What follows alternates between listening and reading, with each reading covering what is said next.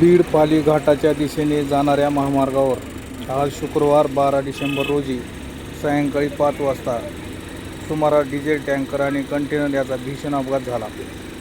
धडक इतकी जोरदार होती की टँकरला तात्काळ आग लागली.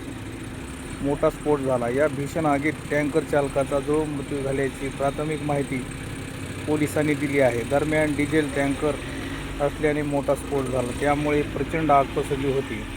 राष्ट्रीय महामार्ग सोलापूर धुळे ही घटना घडली असल्याने रोडवर आगीचे कल्लोळ पसरले होते.